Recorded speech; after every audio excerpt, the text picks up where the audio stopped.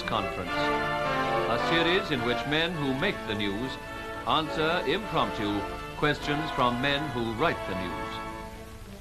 They are introduced by William Clark. Good evening. This week, more than perhaps ever before, our thoughts are on Asia. And we have the exceptional good fortune to have in the studio tonight one of Asia's most prominent statesmen, the Prime Minister of India. Mr. Nehru, I am extremely grateful to you for coming here, and I speak on behalf of us here and on behalf of the wider public who are watching us. I'm particularly grateful as I believe this is your very first appearance on television. Yes, this is the first time I'm facing this ordeal. In fact, I know very little about television, except what I've heard about it. Well, I would like to introduce to you, if I may, the people who are, I hope, going to make this not such a bad ordeal after all. Sitting on my left is Kingsley Martin, the editor of the New Statesman and Nation, and beyond him is H.V. Hodson, the editor of the Sunday Times, and at the end, to ask the first question, is Donald McLaughlin, the foreign editor of The Economist. Prime Minister, when you return to India, people will be asking you what you thought of the coronation. What are you going to tell them? Well, I'll have to tell them a great deal, but principally that it's very impressive in many ways. The most impressive thing to me was, apart from it being a great spectacle, were the crowds here and the way they behaved. And one begins to like more and more the London crowds and their fortitude in inclement weather and their insistence on enjoying themselves whatever might happen. But is there going to be no criticism in India of your having come to the coronation?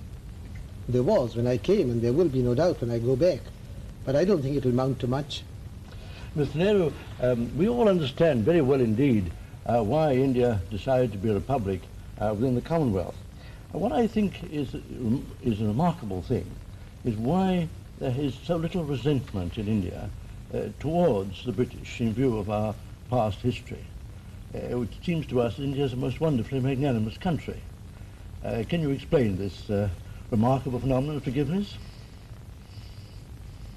Well, partly we don't, I suppose, hate for long or intensively.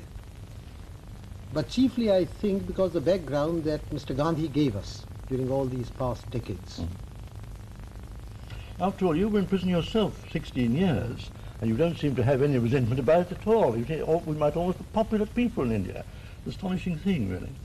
I think it's a good thing for a person to go to prison for a short while. And to be Prime Minister for 7 years. I was going to ask, looking back on those 7 years and remembering all the hopes that were expressed at the time when India gained her independence, do you feel that they have been years of satisfactory achievement, or have you disappointments, Prime Minister? Both. I think we have certainly achieved much, and there has also been a lack of achievement. We haven't done what we wanted to do, so it's both satisfactory and unsatisfactory. Could you elaborate that a little? What have you been disappointed in? That's rather a big question. There are so many things in India. Can I give you a lead about democracy and the progress of political democracy in India? Well, generally speaking, I would say that politically we had advanced. The unity of the country, we've put an end to all the old princely states. We've had these general elections which were remarkable on a tremendous scale, and we've built up a good democratic structure. What troubles us chiefly is the economic side. I believe we have made progress. I should like the progress to be much faster. Would you agree, Prime Minister, that Anglo-American, British-American, British Commonwealth American, if you like, agreement and concord have a very special value for the defense of our common ideals of democracy? Yes, certainly. And that to aim for that has a value of its own, and that it may require sometimes some compromises from our side with policies that we don't see 100% eye to eye with on the other side of the Atlantic. But Mr. Hodgson, politicians are always compromising. They have to. But there is a tendency, if I may say so, for leading statesmen in Europe and America to look at the world from Europe and America. Well, if we look at the same world with the same principles from, let us say, Delhi or some place or Karachi, well, the world looks slightly different.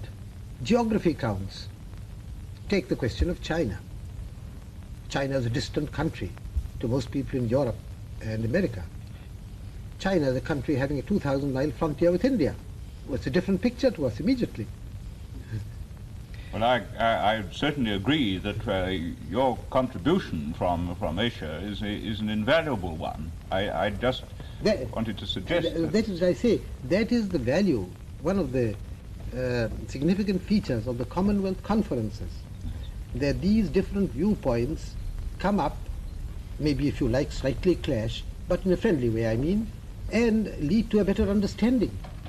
That, I'm afraid, is all that we have time for now tonight, Mr. Nehru. I would like to thank you on behalf of ourselves and of the public, both for the questions you've answered as Prime Minister and also a few asides from Mr. Pandit Nehru. And I would like to thank you very much indeed and to welcome you to England at any time you come and any time you wish to address us again on television. Thank you. Thank you. I haven't found this last half hour quite so bad as I expected it to be. In fact, it has passed rather rapidly. I was surprised that it was over. Perhaps because your questions were interesting and I got involved in them. Anyhow, it has been a pleasant time and I thank you for it. And I wish those who may listen to this later on good night.